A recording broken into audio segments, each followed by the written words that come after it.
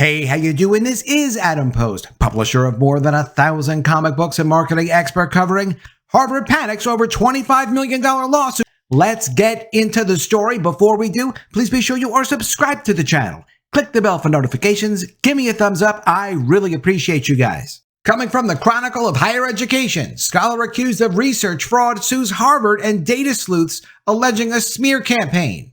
It's a $25 million defamation lawsuit. And from Poets and Quants, Harvard Business School dean comes under attack from 7 tenured professors. 7 tenured professors from Harvard Business School feel like Harvard is way out of line with how they went after this professor. 7 tenured professors at Harvard Business School, remaining anonymous out of fear of retaliation by the dean, say his handling of the Francesca Gino case has rocked their confidence in the school's leadership. In a letter published to the Harvard Crimson, the professors accused the dean of violating the school's norms of policy development by pushing through a new process to deal with professors accused of research misconduct without the knowledge or collaboration with the faculty. In fact, according to the professors, the new policy was in place for 2 years before even being mentioned to the faculty. It's another extraordinary development in a widening controversy over the accusations that Gino, an award-winning behavior scientist at Harvard Business School, has been accused of fabricating data in at least 4 published research papers and possibly more. After a 3-person investigative committee found her guilty of research misconduct, the dean placed Gino on unpaid administrative leave, took away all of her benefits, including health care, banned her from campus and Harvard's publishing platforms, and began the unusual process of stripping her of tenure. The controversy has led to widespread media coverage, including the New York Times and the New Yorker, and a $25 million lawsuit against the dean, the university, and the authors of a blog, Data Colada, that first raised the accusations. So was there really serious research misconduct by this professor?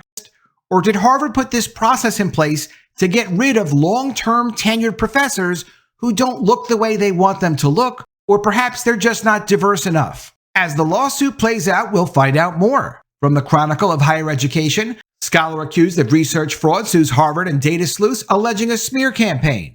Francesca Gino has filed a $25 million defamation lawsuit against the scholars who accused her of fabricating research data, as well as against Harvard Business School, where she's a professor. In a 100-page lawsuit filed in federal court in Massachusetts, Gino denied ever falsifying data.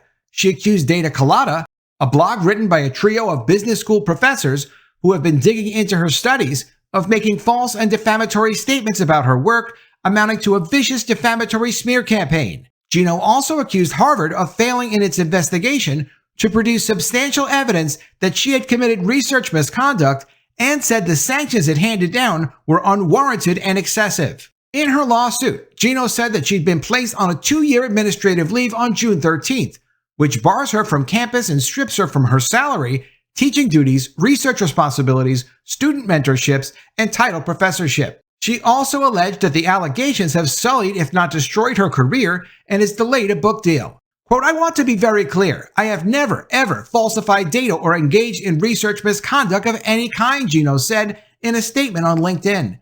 "Today I had no choice but to file a lawsuit against Harvard University and members of the Data Colada group who worked together to destroy my career and reputation despite admitting they have no evidence proving their allegations." She also added, while claiming to stand for process excellence, they reached outrageous conclusions based entirely on inference, assumption, and implausible leaps of logic. They created and perpetrated a false narrative about my ethics and integrity, which has had a devastating impact on my friends, colleagues, collaborators, and most of all, my family.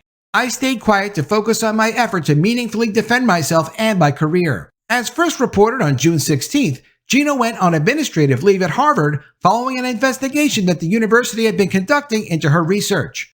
Starting the next day, Data Colada rocked the behavioral sciences community with a series of blog posts about what they called evidence of fraud in 4 of her studies, adding that they believed that these were not isolated incidents. The problem identified by them, and by subsequently published retraction notices, include anonymously sorted data, participant data apparently being swapped between test groups, data that was seemingly altered, and instances of original datasets failing to match published datasets. Gino, an expert in dishonesty and other topics related to leadership and workplace behavior, said in her lawsuit that she first learned of the allegations against her research on October 27, 2021, from Harvard Business School's Research Integrity Officer, and that Harvard was investigating on April 15, 2022. She claimed that Harvard did not give her ample time to review and respond to a draft of the findings, 3 weeks, she said, at a time she was going on a 2-week trip to Italy. She also claimed that she was not allowed to review the underlying documentation produced by a forensics firm hired by Harvard. On June 13th, according to her lawsuit, the Harvard Business School dean told her that he was accepting the panel's conclusions. Gino's lawsuit states that Harvard determined that Gino was responsible for misconduct based on speculation and inconclusive observations of discrepancies. According to Harvard's policy in place at the time, a finding of research misconduct required the investigative committee to prove that she had intentionally, knowingly, or recklessly falsified or fabricated data, the lawsuit states. Instead, the investigation committee reversed the policy's stated burden of proof and found Professor Gino guilty of misconduct because she had not disproved the allegations against her, the lawsuit states. It claims that the policy was newly created specifically for her case and replaced a previous policy that would have allowed her more time and freedom to respond and seek assistance. The lawsuit claims that Harvard didn't establish that Gino was the one responsible for the perceived anomalies or proof she intended to fabricate data. According to the lawsuit, Gino's attorney told Harvard that in all the studies in question, Gino did not run the studies or sort or handle the data, nor was there evidence that her lab incentivized or motivated research assistants to manipulate data. Gino's attorney also told Harvard that the original data was unavailable for 3 of the studies published in 2012, 2014, and 2015 because data retention policies indicate that records older than 6 years do not need to be retained.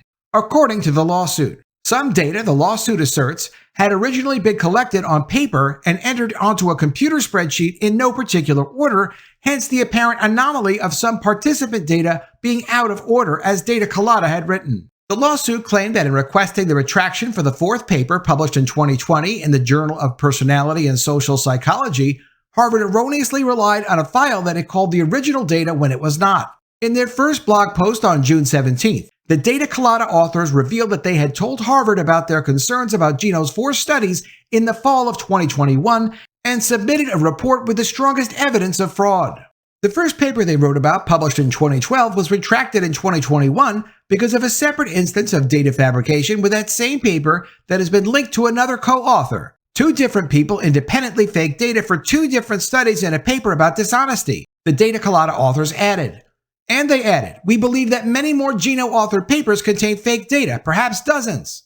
Gino's lawsuit said that these statements and similar statements published in the following weeks were baseless and that Data Colada had no support for the statement that any of her papers, let alone dozens, had fake data. It was false and defamatory, the lawsuit asserted, to equate perceived anomalies and discrepancies with fraud. At the end of its post, the Data Colada authors note that it is their policy to share drafts of blog posts with authors whose work we discuss, to ask for feedback and invite them to write a response attached to the post. But in the case of their analysis of Gino's work, they wrote that they'd chosen not to for several reasons, including that the claims made here were presumably vetted by Harvard University, that retraction requests had been issued for the studies in question, and journalists were already writing about these issues, making a traditional multi-week back and forth with authors self-defeating. But it sounds like she was treated very differently in this case, and you have to really wonder why. That doesn't really sit as an explanation.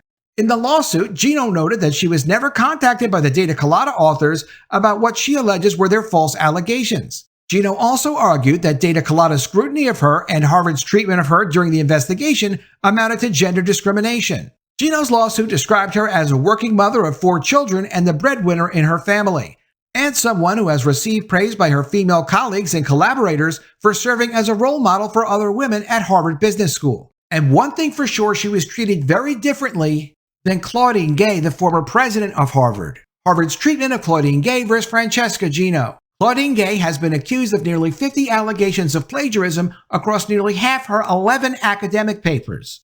Francesca Gino was accused of 4 allegations of research misconduct, which accounts for a small portion of her nearly 150 academic papers. Claudine Gay will remain on Harvard faculty, with reports claiming she will continue to earn well over $900,000 a year. Francesca Gino was placed on academic leave for 2 years without benefits or pay, and the university has initiated the process to begin to revoke her tenure status. Claudine Gay was cleared from any wrongdoing by Harvard before a full investigation started. Francesca Gino was treated as guilty of misconduct by Harvard before her investigation was complete and was denied a thorough forensics investigation into the accusations made against her. Claudine Gay denied allegations of plagiarism, worked to silence the reporting of the New York Post, and made corrections to her academic record only under duress. Claudine Gay did not use the word plagiarism in her New York Times essay, but rather stated that she misattributed quotes in her academic writings. Francesca Gino denies allegations of research misconduct and willingly retracted papers where the data could not be replicated. In fact, one of her 4 papers that was the subject of Harvard's investigation has already been willingly retracted by Francesca Gino and her co-authors. Despite Claudine Gay's initial efforts to deny or silence these claims, Harvard has shown remarkable sympathy for President Gay's attacks in the media, stating, while President Gay has acknowledged missteps and taken responsibility for them, it is also true that she's shown remarkable resilience in the face of deeply personal and sustained attacks. Harvard demonstrated no such empathy or concern for extreme public attacks experienced by Gino. When Harvard finally acknowledged Claudine Gay's plagiarism, they referred to it specifically as unintentional, a level of specificity required under the school's data integrity policy. Harvard Business School Dean Datar and the investigation committee referred to Francesca Gino's alleged misconduct without naming the level of intent, something which the policy dictates that it name. Instead, they use broader, nonspecific, intentionally or knowingly or recklessly, while failing to identify or provide any evidence of intent, because they have no evidence of intent. Harvard appears to have utilized its existing data misconduct policy and did not quickly change existing school policy for Ms. Gay. Harvard Business School quickly developed an entirely new interim policy and procedures for responding to allegations of research misconduct for Francesca Gino's investigation, tailored to her case and designed to ensure her guilt. Against convention, Harvard senior faculty were not involved in the development of this new policy or even made aware of its existence for nearly 2 years. Faculty were outraged by this, and they should be outraged because they can go and change the rules. Let me know what you think of all this in the comments below. Always love to see your ideas. Please be sure you are subscribed to the channel. Click the bell for notifications, give me a thumbs up, and I'll see you again soon with another story. And if I don't see you, I will miss you.